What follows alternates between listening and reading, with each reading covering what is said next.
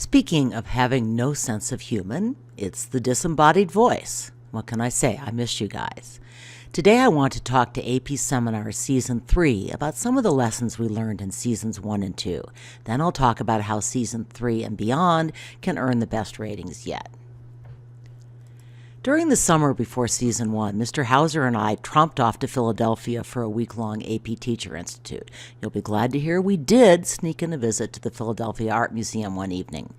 Anyway, our instructors strongly recommended that before we let our students embark on their first performance task, we should first take you through a trial run of the individual research reports and group oral presentation. We renamed this trial run the dress rehearsal, mostly because we just like that name better. And since we're coordinating this class with AP World History, your next period class, we also decided to require our dress rehearsal groups to explore a topic in world history. We left it up to students to decide what question they wanted to research. And that turned out to be a mistake. What we discovered, and we really should have anticipated, is that most of our students did not have much experience with finding or exploring an argument. When students had undertaken research in the past, if they'd undertaken any research in the past, they had written reports. And sure enough, too many of our Season 1 dress rehearsal presentations turned out to be reports on a historical event, rather than an exploration of a historical controversy. Season 1 students didn't realize, which means that we did not adequately explain that they needed to find a fight, and that now became our class slogan. We also discovered that students had trouble figuring out which sources met the College Board standard for scholarly research, and they also had trouble finding these sources. We saw way too much research from history.com and similar sites. Again, this was pretty clearly a teacher as well as a student failure. Now, these lessons didn't come entirely too late. By the time they got to the first real deal performance task, our Season 1 student groups had found some great fights. You saw one of them just a few days ago. Still, we resolved to do better in Season 2. So, starting with Season 2, we gave our dress rehearsal groups a choice of questions that we knew historians hotly debated. Most of these topics we took from a history textbook series entitled Taking Sides. We also gave the groups introductory topic readings and a file of starter scholarly articles and books on the topic. Be sure to check out the books on Mr. Hauser's bookshelf. You won't be able to complete your individual research reports from these resources posted on Moodle alone. But these articles, and even more the articles that are cited in these articles, footnotes are your friend, will save you a lot of time as you seek out further information. They'll also give you an idea of the kind of sources you'll need for your annotated bibliographies and your final individual research reports. The quality of your evidence is a big part of the College Board scoring rubric for both performance tasks. So, Season 2 went a lot more smoothly, but we did learn a few more lessons. One was that many students dove right into the annotated bibliography assignment without first acquiring as much general and shared background information on their topic as they needed. And that's why you watched introductory topic videos together this season and took a quiz together today. So, now that you have some background on your topic, you will begin digging into the scholarly articles that address it. For tonight's homework, each student will read one of the introductory topic articles. Make sure you decide today how you're going to divide these up. Groups of 3 should read and analyze the first 3 introductory readings. They're labeled that way. Groups of 4 should read all 4. In other words, 1 per group member. If you're a group of 3, you should at least take a look at introductory reading 4. I selected it because it was a particularly good article on your topic. As you read, think about how your assigned author answers the basic question your group is exploring. What is that author's thesis? What are the author's major claims and the evidence supporting those claims? Some of you will have longer articles. It is okay to skim, but do skim intelligently. Don't just grab the first claims or evidence because they happen to show up on the first few pages. Skim through the entire article, watching for information that would really help your group decide which side to take in the fight, and then read those sections more carefully. Finally, and this is really important, think about which lenses this article suggests that your group might choose to explore. Is there a major economic component to the argument? Military, artistic, feminist, philosophical? And here's the template you will use to analyze each individual claim in these articles. You'll be writing this up in a Google Doc, by the way, so that your other group members and your teachers can see your work, and so that you can use your analysis down the line to help you write your paper. To anticipate a question, we're usually asked, yes, this can count as one of the 4 sources in your annotated bibliography, but only be careful if it turns out to be truly relevant to your lens. So, your individual article analysis is due at 8 a.m. next class. During class that day, you will meet in your groups to share what you learned from your introductory readings and also the topic videos, and to map out a plan for exploring 3 to 4 lenses, 1 per group member. These lenses may well change as the project projects. They often do. Project progresses. But for now, you need to divide up the work and get started. As you work on this group document, begin to identify where your group needs to do further research. And now we get to another lesson learned the hard way in Season 2. Some groups were not careful about dividing up their research or choosing separate lenses.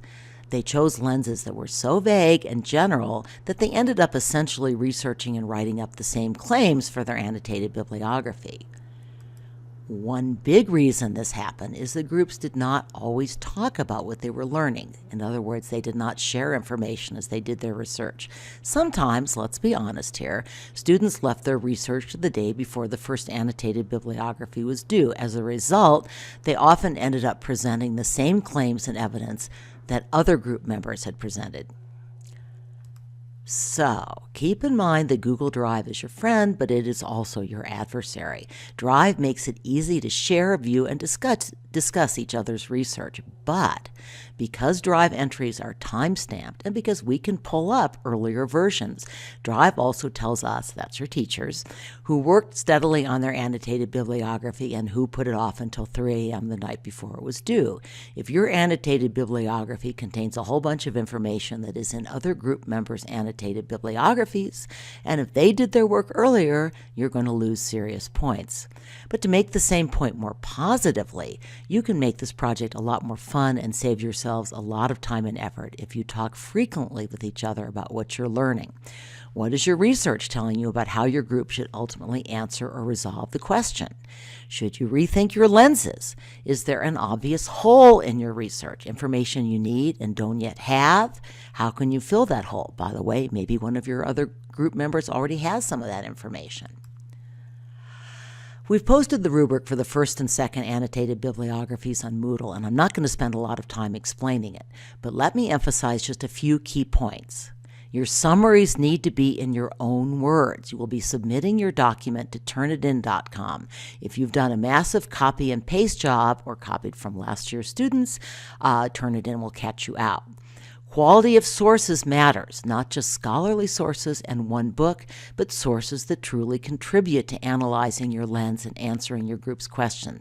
It's easy to focus on just getting this assignment done, but it's a waste of time and effort if the work doesn't help you down the line to write a good paper, and if it doesn't help your group find and defend an answer to your question. Make sure that your evidence is actually relevant to the claim. Don't just grab and stick in random bits of information. Get the citation format right. It's easy in this day and age of computers and the internet, and Mr. Hauser is going to teach you some cool tricks about how to do this. Proofread. If you don't tend to see your own errors, and I have trouble with this myself, ask someone in your group to look for goofs and return the favor. Even though you don't have to find the fight until the second annotated bibliography assignment, I recommend that you think about it from the very beginning. This is the rubric line will be in the second annotated bibliography.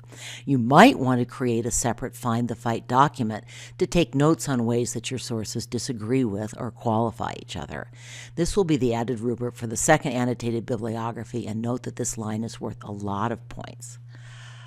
So, back to lessons learned the hard way. Another lesson we learned in Season 2 is that students need to think more carefully about the kind of question they are answering and the requirements that this kind of question poses.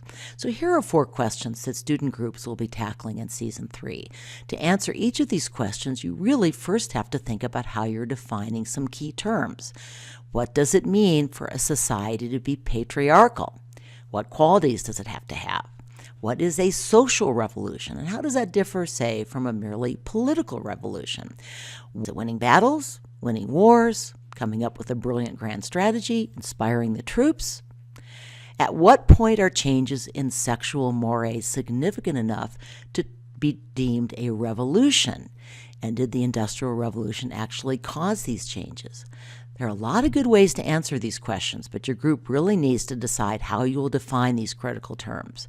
The third introductory reading for these groups is a definitional reading. Talk about it together. And by the way, I've made some comments on each topic's challenges on your topic study guides.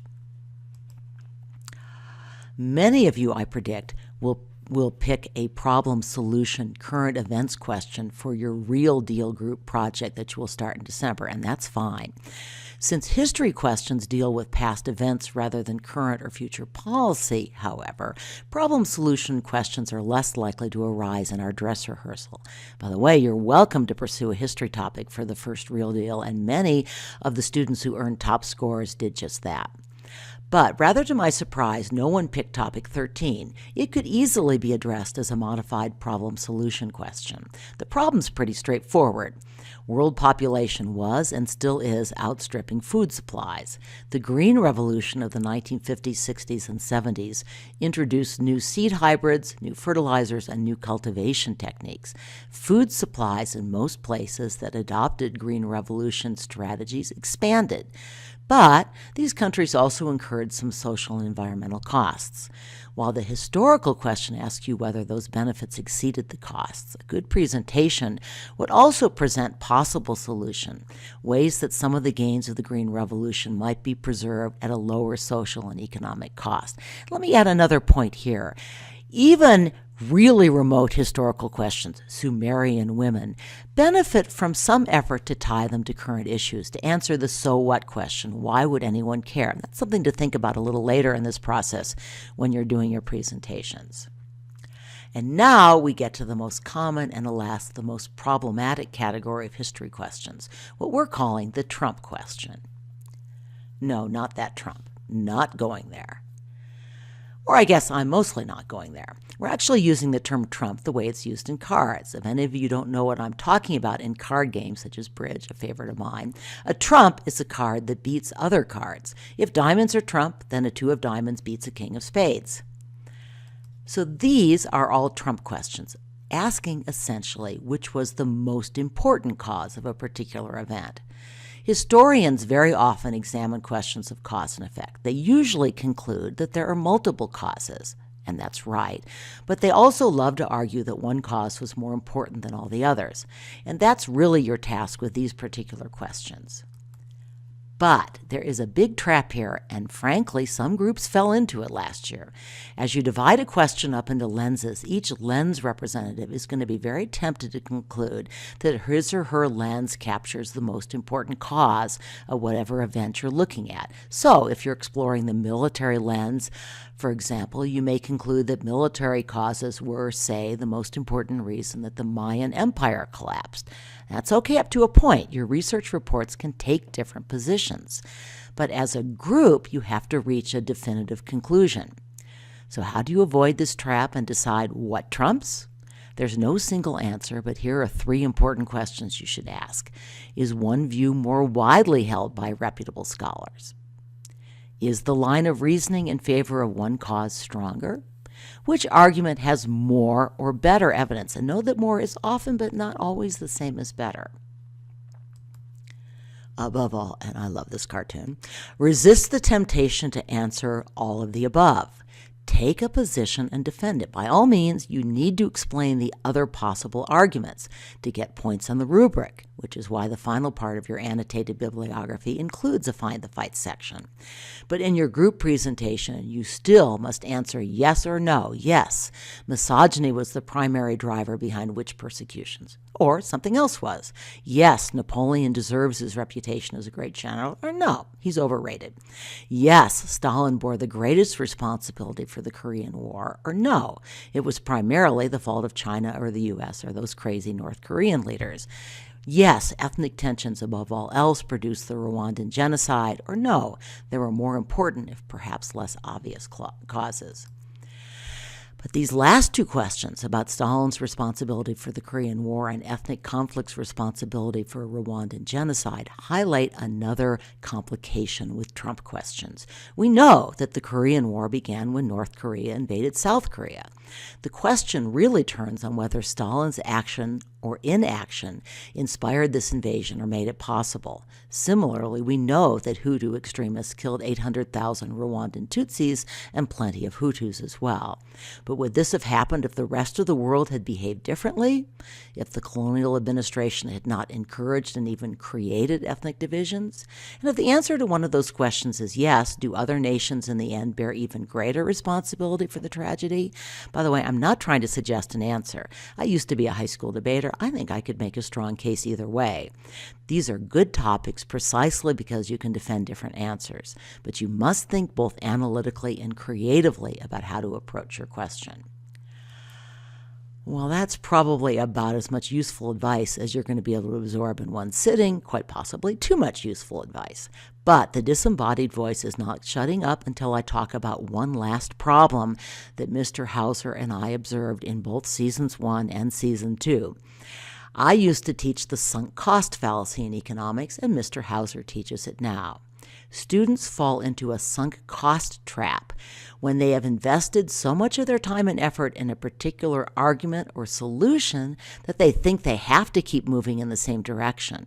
In other words, when they aren't willing to rethink their approach and tackle more work, even if the evidence is mounting that says they should. One way to avoid this sunk cost fallacy is to try not to get locked into a solution too early. Keep an open mind about the way your group will answer the question, even about the lenses you will ultimately research and present. Believe it or not, you learn a lot even from taking a wrong direction. But you can get into big trouble if you aren't willing to turn around and cut your losses. Also, as you begin the first part of your annotated bibliography, don't just grab any 4 articles. Say the shortest 4 articles you find and write these up. Think about the information you actually need for your lens and for your group conclusion. And think about the arguments you might want to make and go looking for articles that move this agenda forward.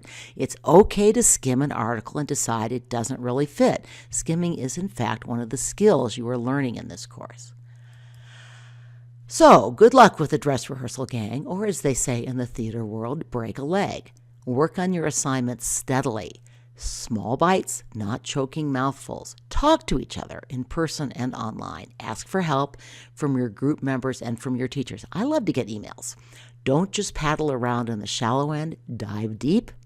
And try to remember that you are acquiring skills that will help you succeed in the real deal performance tasks, in college, and in the rest of your life.